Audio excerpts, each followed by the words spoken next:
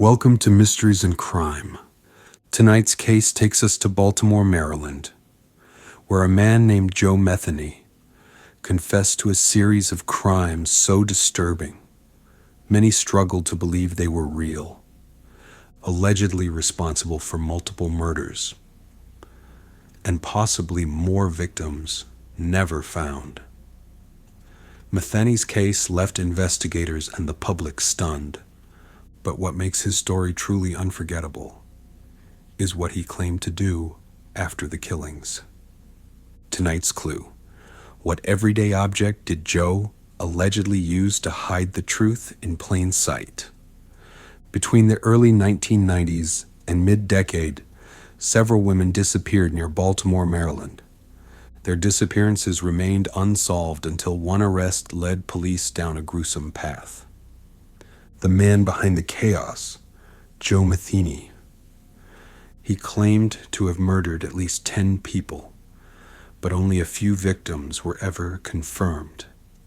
It was late November of 1996. The dim industrial area of southwestern Baltimore was already cloaked in decay. Abandoned trailers, rusting machinery. Police were acting on a tip about a missing woman named Kimberly Spicer. According to reports, a co-worker of Joe Metheny came forward in fear, stating that Metheny had confessed to killing Kimberly and hiding her body under a wooden pallet behind a trailer near the company lot where he worked. Authorities moved swiftly. Behind the trailer, wrapped in a plastic tarp, they discovered human remains.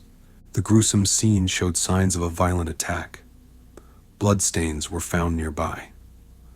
When police arrested Joe Metheny at a nearby warehouse, he offered no resistance. Instead, he allegedly began confessing, not just to Kimberly's death, but to several others. Metheny calmly described how he picked up vulnerable women, many of them unhoused or struggling with addiction, and lured them with promises of drugs or shelter. According to his confession, he strangled, dismembered, and in at least one case, cooked their remains. Investigators were stunned. They quickly realized this was not an isolated killing. It was the start of uncovering one of the most disturbing serial murder cases in Maryland's history. The known victims of Joe Metheny's alleged crimes were all women living on the margins of society.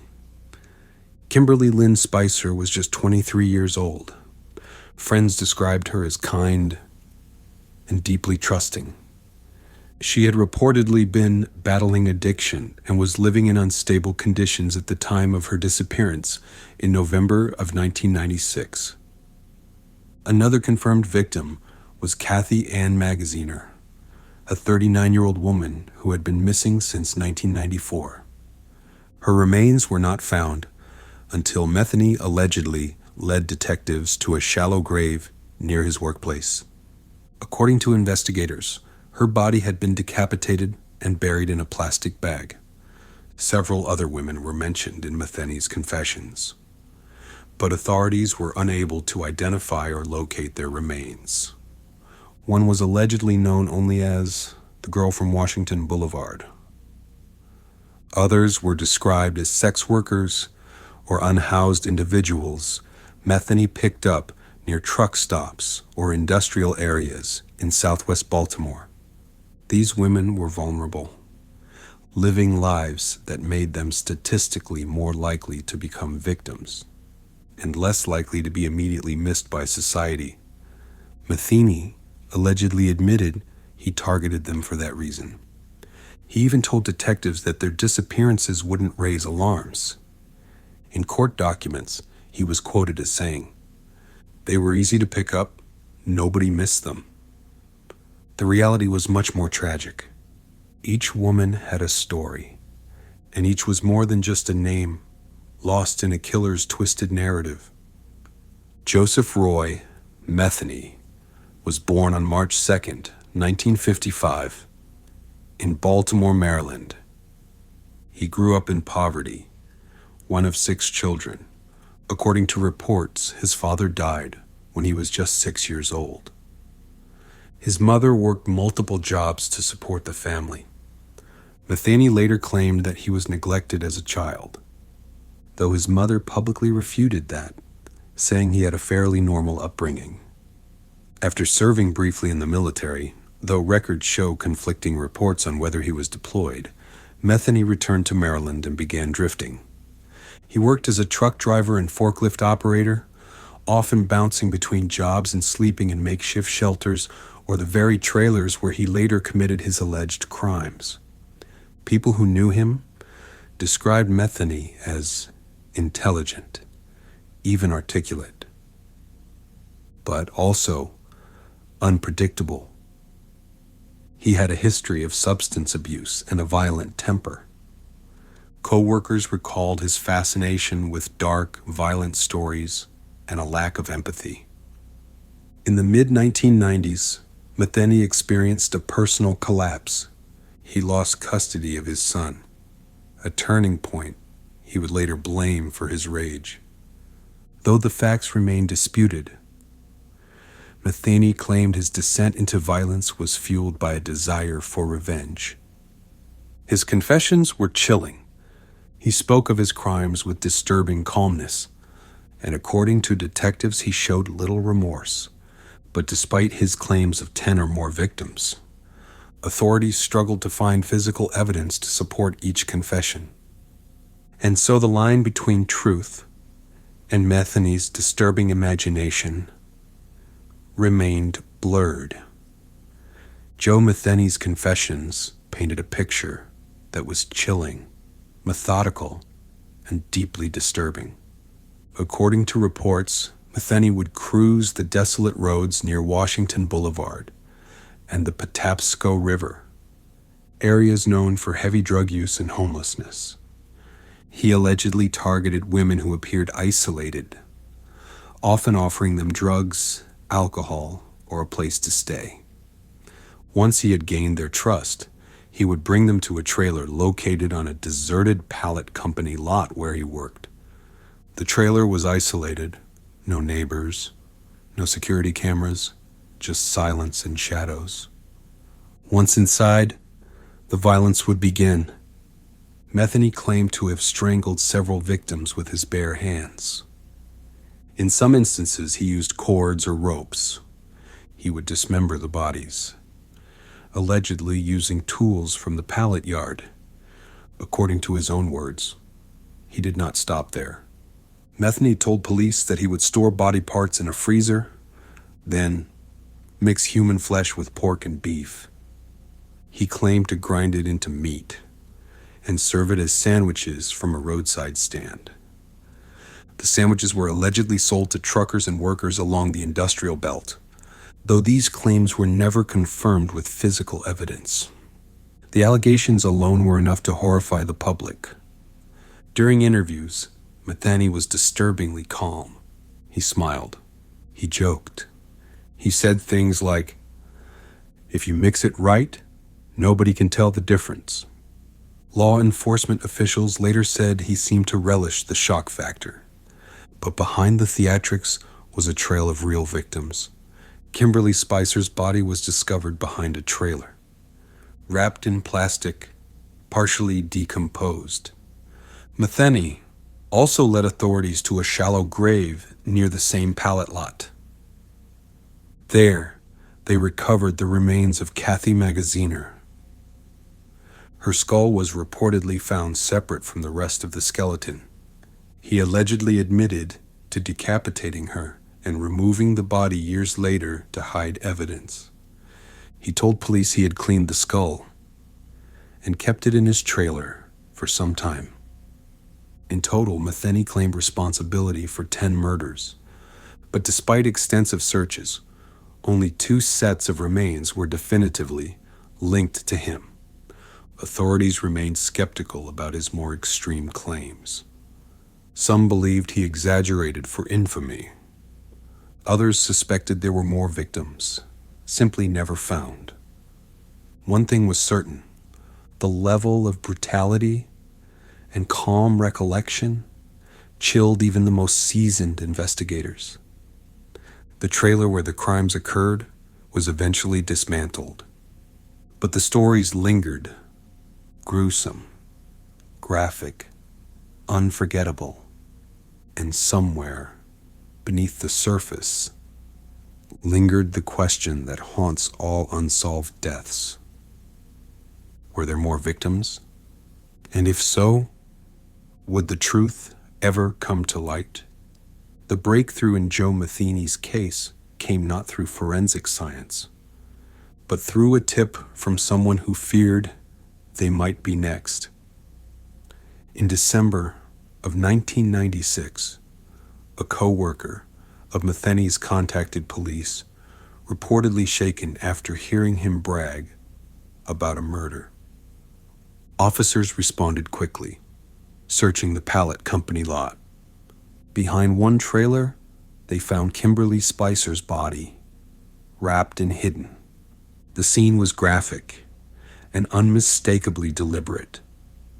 Metheny was located and arrested at a nearby warehouse. While in custody, he began to talk. What followed was an hours-long confession.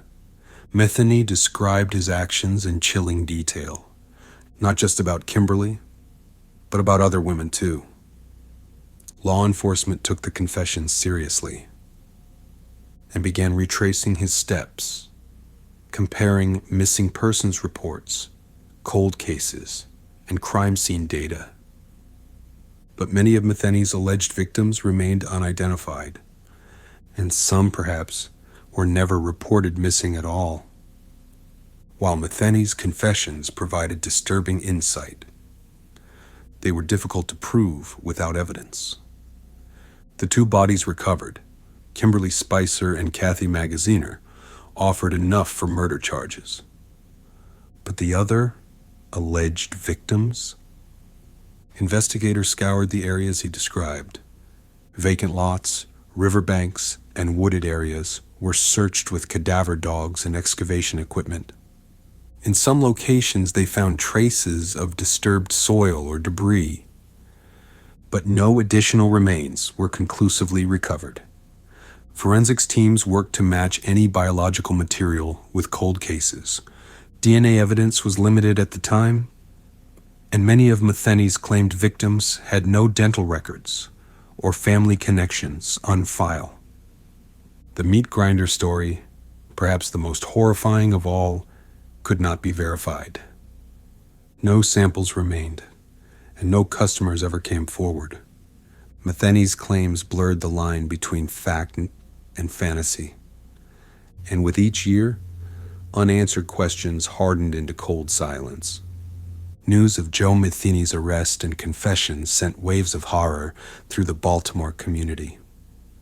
Residents near the industrial areas where he worked expressed disbelief. They had walked the same streets, ate at the same food stands. The alleged detail about serving human flesh in sandwiches was particularly disturbing. Though never confirmed, the idea alone triggered widespread fear. Rumors spread quickly. Parents warned their children to avoid certain neighborhoods. And for those with missing loved ones, old wounds were reopened. People began to wonder, could they have unknowingly crossed paths with a killer hiding in plain sight? The press seized on the story immediately. Joe Metheny's size, his calm confessions, his grotesque claims, all made headlines across the country. Tabloids labeled him a real-life Hannibal Lecter, though law enforcement repeatedly cautioned the public not to take every claim at face value. Television crews camped outside the industrial yard where the trailer once stood. Even years later, articles and documentaries continued to revisit the case.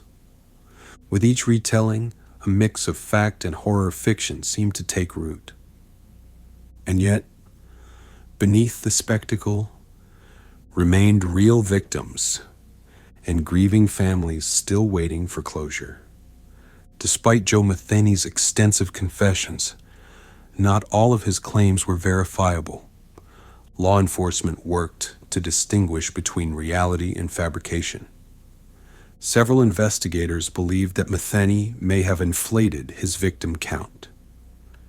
He claimed to have killed 10 people, but only 2 sets of remains were ever located and tied to him. Some theorized he invented details to gain notoriety. Others believed he may have forgotten locations or names, especially if the victims were transient or without identification. There were also theories that he did not act alone. Certain details raised questions, such as how he moved and disposed of large bodies without detection, but no accomplices were ever confirmed. Theories circled that some victims might have been dumped in the Patapsco River or burned in hidden locations, yet no solid evidence surfaced. And as time passed, many leads went cold, and the unknowns remained buried, both literally and figuratively. Joe Metheny's legal proceedings moved quickly due to the strength of his confessions and physical evidence. In 1998, he was convicted of murder in the deaths of Kimberly Spicer and Kathy Magaziner. He was sentenced to death for Spicer's murder and received a life sentence for Magaziner's. Later in 2000, the death sentence was overturned and converted to life without parole. Throughout the trial, Metheny appeared detached. At times he smiled, he gave interviews, and he reportedly showed no remorse. His statements during sentencing were chilling. He said, I got a rush out of it, got high from it. There was no appeal for forgiveness, no claims of innocence, just a man confessing to horrors that would linger in Baltimore's collective memory. In August of 2017, Joe Metheny was found dead in his prison cell. No foul play was suspected, but his legacy was anything but peaceful. Despite Joe Metheny's confessions, not all of the pieces ever fit together. Only 2 victims were confirmed, and the identities of others, if they existed, remain unknown. Questions still echo through time. Were there more victims whose remains were never found? Was Metheny seeking truth or just attention? The full scope of his crimes may never be known. And for the families of missing women in Baltimore during the 1990s, some are still waiting, hoping, dreading answers in the end. There are truths Joe Metheny took to the grave and scars he left on a city still healing from his legacy. Joe Metheny's crimes forever changed the way Baltimore saw its most vulnerable citizens. His case forced conversations about how addiction, homelessness, and poverty can isolate victims from justice. It also led to changes in investigative approaches to missing persons, especially those whose disappearances previously received little media attention. Documentaries, news specials, and true crime forums continue to discuss the case.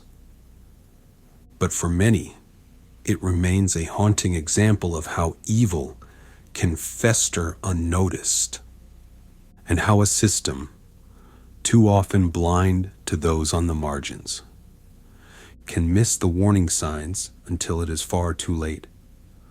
What are your thoughts on the case of Joe Metheny? Let us know in the comments below. Did you spot the clue? What everyday object did Joe allegedly use to hide the truth in plain sight? As always, stay curious, stay vigilant, and stay safe.